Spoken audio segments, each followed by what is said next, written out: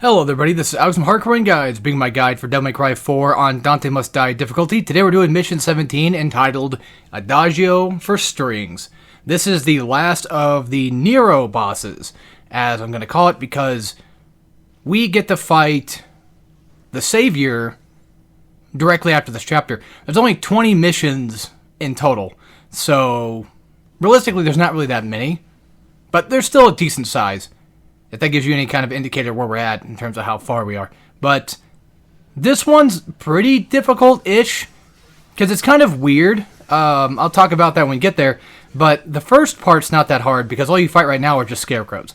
So, when it comes to these guys, just take them down how you feel, stylish or not.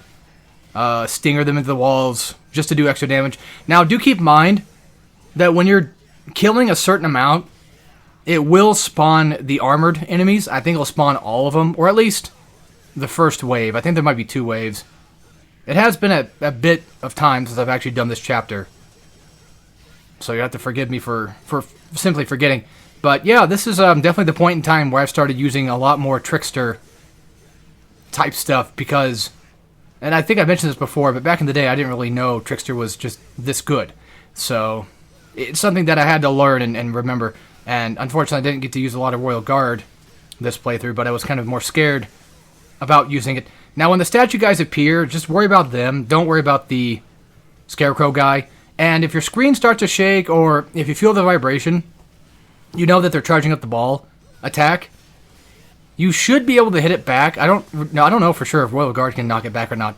But once it fires, you should be able to hit it back, because at least Nero can with his charge shot, sorry. Yeah, and for the guard armor guys, listen to me already, talking about other games. For the armored enemies, just, wait for them to do their thing, dodge it, and then just go for an attack from behind, and then worry about the elite version last, so that way, because he's the easiest one to kind of dodge and avoid. Even though he has a ton more attacks, and a lot more aggressive type abilities, he's definitely one of the more easier ones to kind of just evade from in general. So that's why I kind of focus on him last, because he tends to give me the least worry. And then, by the way, try to get as much of your DT up as you possibly can, because most likely by this point in time, you don't have to do secret missions, I think, to get your DT completely. You just have to buy them, I'm pretty sure, or at least find them. It's been a while since I've done all the purple orbs, but oh, and I'm going to spend like another 5 minutes here. I kind of messed up. I was doing this because I was thinking like, oh, this might be a good luck charm for the run. And then I ended up messing this up. So what I do to get this top one right here is I'll just do the teleport trick, which is pretty much just like R1 forward circle. So I can just get up there with a slight jump. Now, once the lizard spawn in, the first one, this part's pretty damn difficult though. And that is a checkpoint, by the way. This entire area is a checkpoint. You die from here to Agnes, I think it's a checkpoint, as far as I remember. But yeah, just focus on the lizard guys first. Go into DT, and then just wipe them out completely. And do be careful. If you kill off too many lizard guys, you could end up spawning the hunter enemy too.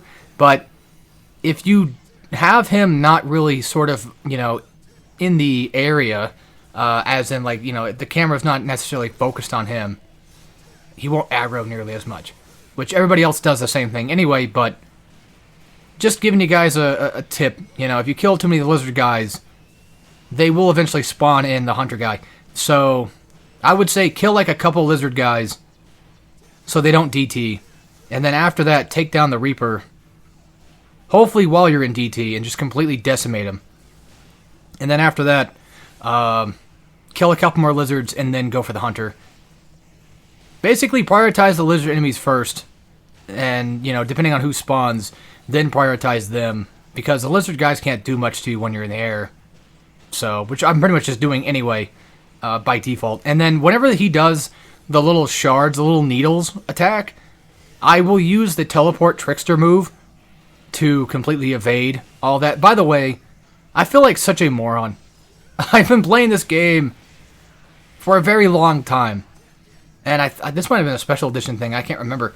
But the lock-on should tell you the health of an enemy.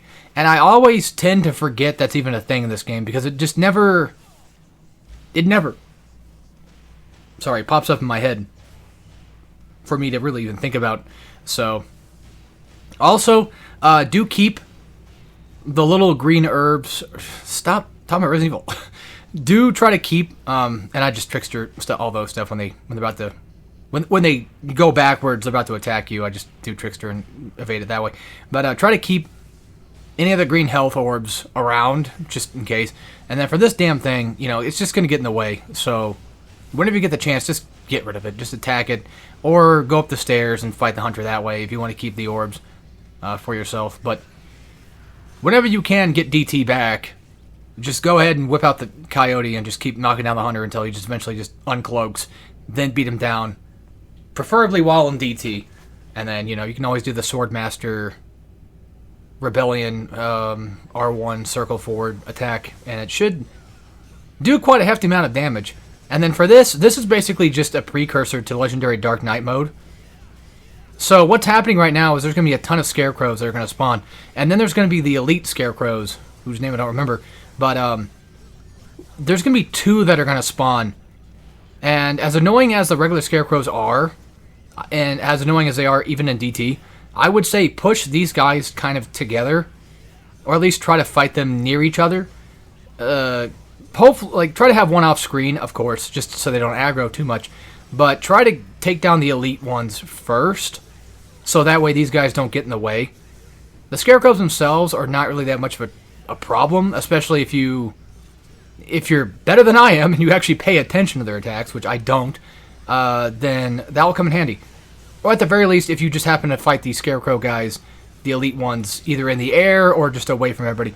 And this right here is just me getting ganged up on, and I'm just like, I'm not taking that anymore. I'm just gonna go straight into DT. And luckily, a lot of these trash cans, some of them, that one specifically has green orbs, and there's another one that actually has a white orb too, so you can at least get some DT back, which is nice. And then, of course, after you kill a certain amount of scarecrows, the dogs will spawn. There's not too many of them, but this part is a little bit more rough. I just stick to the usual of trying to do Stinger into a wall so I can effectively have as much damage going as I can, and I can keep them from doing any attacks. Because luckily the dogs, once you're on them and you're hyper-aggressive on them, they typically don't attack back, which is nice, unless they happen to double trigger, and then, they'll pretty much just be better off tanking through most of your hits, which of course is really upsetting and really annoying, but that's fine. And I just keep on Trickster just to keep my dodges going, and I consistently try to dodge whenever I know for sure I'm about to get attacked, that kind of thing. At this point in time of the game, this really truly is just a test of how well you've been doing at the game. It's just I really wouldn't say a knowledge check. It's just more so just a physical check. Like, hey, are you good at the game or not? I think up here is just a blue orb fragment. Might be some red orbs, I don't remember. That's why I kind of jumped down. I'm like, I'm not wasting time. The next part, funny enough, is not really even that bad. And it might have a checkpoint, but I'm not sure. Don't quote me on that, because I don't remember. I know where the next checkpoint is for sure. And maybe if you go to the door to the... once you go out in this little field, the first scarecrow fight field, once you come out here, there's a door to the left. I'm not sure if that triggers a checkpoint or not. I ran in here just out of curiosity, see if I could do it. I'm like, oh yeah, I guess you can. There's orbs in there, and I'm pretty sure for Triple S you got to go through all the trouble of getting those.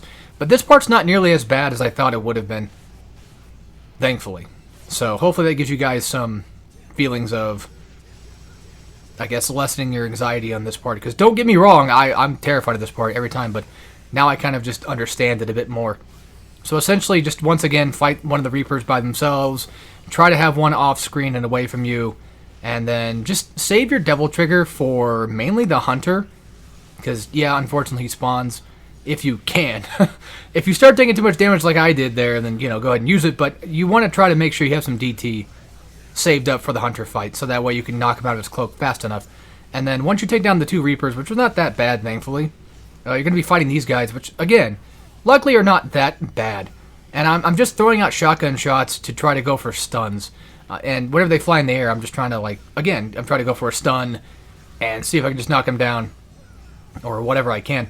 And then whenever they're on the ground, I do a few hits, a few pop shots, and just rinse, lather, repeat, basically. I'm just building up Devil Trigger so that way I can have something to use against the Hunter.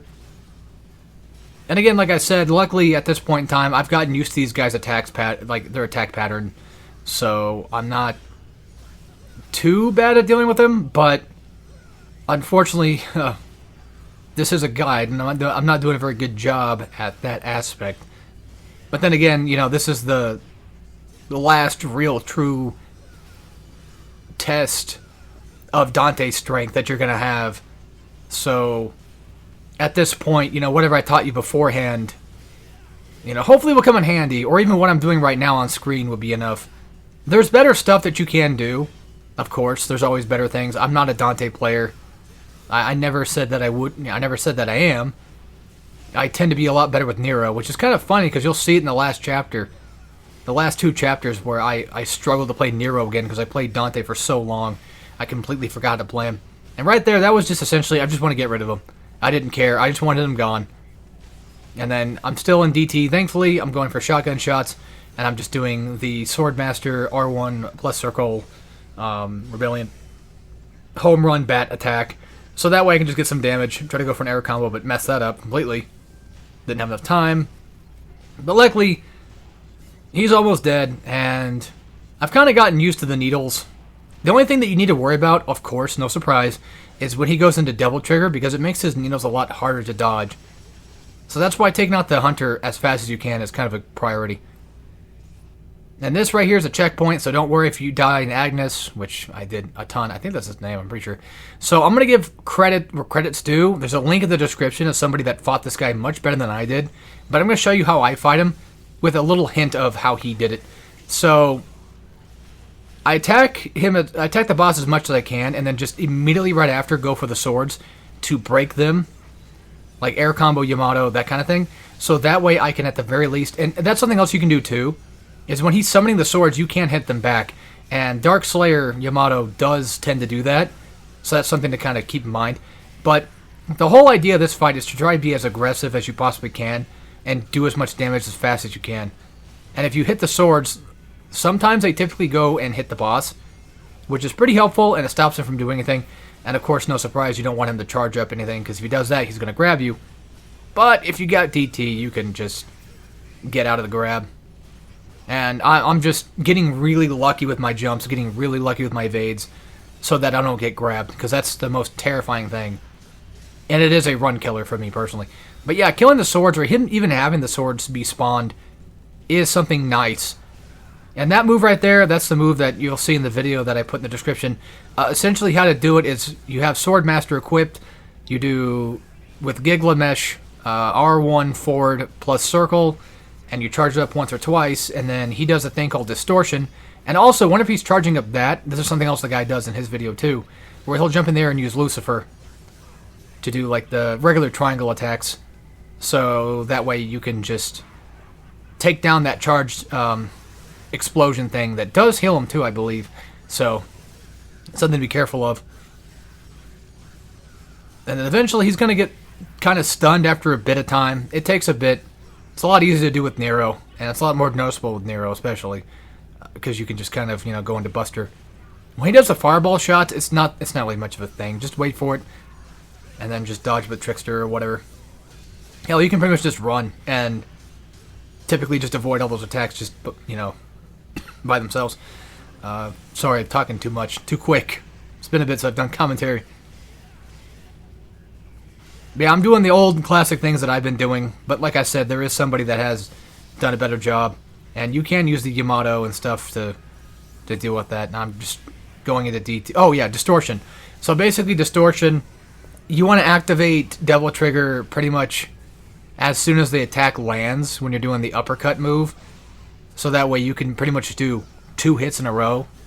I don't do it that often because I'm just kind of dumb. I'm not really much. I'm not like the craziest Devil May Cry player, so Yeah, I'm not all that great. I just kind of do what I know best. And luckily, again, the Lucifer things do work pretty well. And then you can explode them and do a little bit decent damage too, which is nice. And then whenever you get DT, especially if you need health, just use it. I get super lucky in this fight. And I hate to say that because luck is something that I do not want to rely on when it comes to me playing a game that requires any amount of skill. When the dogs spawn, I just immediately go right for them. I just jet straight toward them, get DT going. I don't really care what he's doing. I'm too busy with the dogs. Which that's the problem, though, is because I spent too much priority on the dogs, it let him get away with what he needed to.